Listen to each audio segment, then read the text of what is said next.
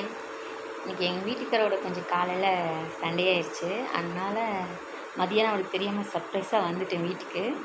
அவருக்கு பிடிச்ச ஐட்டமாக செஞ்சு கொஞ்சம் கோவத்தை கொஞ்சம் குறைக்கலான்னு சமையல் பண்ணிகிட்ருக்கேன். என்ன பண்ணியிருக்கேன்னு பார்க்கலாம் வாங்க. முருங்கைக்காய் சாம்பாருக்கு ரெடி பண்ணியிருக்கேன்.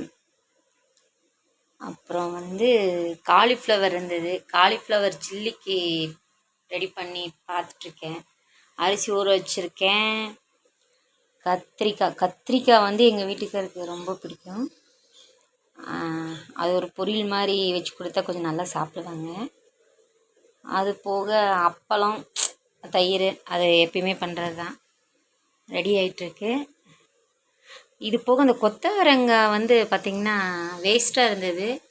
எடுத்து வேக வச்சு வெயிலில் காய வச்சோம்னா வடகம் ஆயிக்கும். அதனால் அது ஒரு பக்கம் ஆயிட்டுருக்கு. அதனால் வெயிட் பண்ணிகிட்ருக்கேன். அது ரெடியான உடனே சமையல் முடிச்சுட்டு நான் உங்களுக்கு கூப்பிட்றேன்.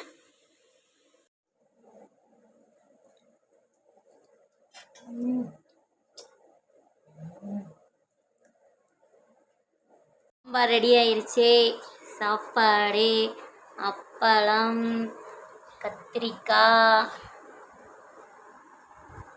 அது போக தயிர், காலிஃப்ளவர் எல்லாம் ரெடி ஆயிடுச்சு. அவர் வந்தாருன்னா சாப்பிட்றலாம். நீங்களும் எல்லாம் வாங்க சாப்பிட்லாம். சாப்பிட்றாரு, நல்லா இருக்கான்னு சொல்கிறாரு. அப்போ அதனால் எல்லாம் சட்டி எல்லாம் காலி பண்ணிட்டார்.